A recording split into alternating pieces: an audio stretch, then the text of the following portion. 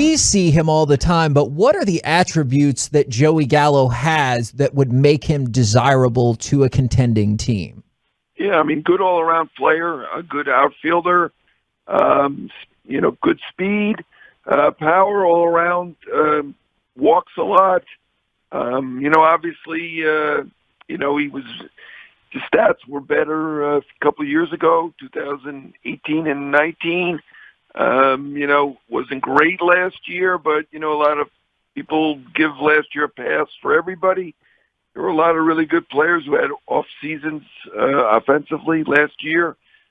So, I think people look at him as a very good all-around player, not a superstar, but a solid outfielder. And right now, outfielders are in big demand. I mean, you've got the White Sox with two starting outfielders who are out long term. You've got the Mets with, at this point, they got four outfielders who are out. You've got some desperate teams, and I'm not sure how early the trade market is going to begin, but I think Texas is in good position if they do want to move him. I've heard that they are interested in an extension for him.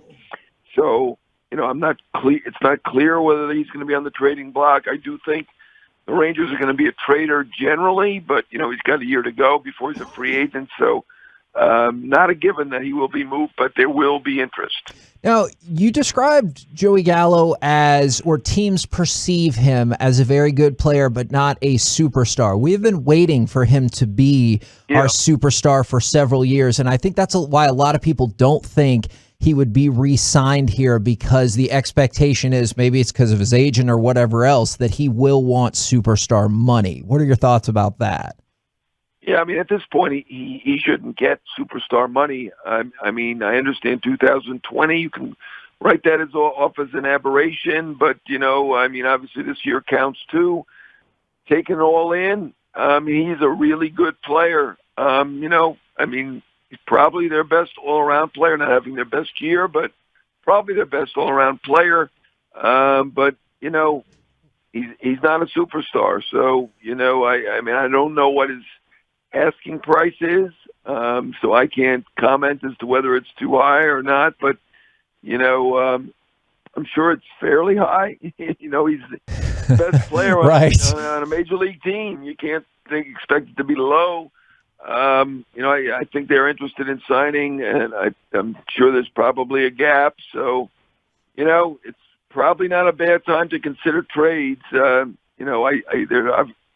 not a contender this year. Are they likely to be a contender next year? I mean, they're not that far away. You never know. So, it's a tough call. I think the guys who are free agents after the year are a lot easier call. Ian Kennedy, he can be traded. Somebody like that, they can get some good for it. They made a good signing there. He's done a very nice job as a closer. And that one should be clear.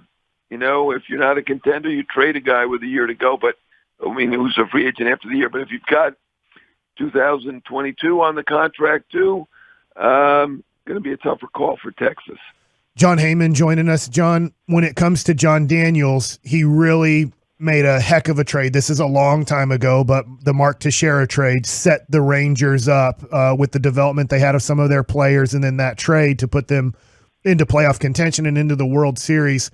Nowadays, I know trades don't happen like that anymore, where you get a starting shortstop, starting catcher, starting pitcher, closer, all that for just one player. When you say that teams are desperate for possibly an outfielder to help their playoff run, John Daniels did this one time and really helped out the rebuilding process. How much do you think Joey Gallo can bring back?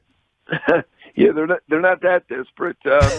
His numbers lately would not inspire anybody to give up that kind of a haul. Obviously, at that time, we knew that was a great trade that Texas made. And Teixeira was putting up big numbers, and they took advantage, and that was very smart. And you're right; it's a different time.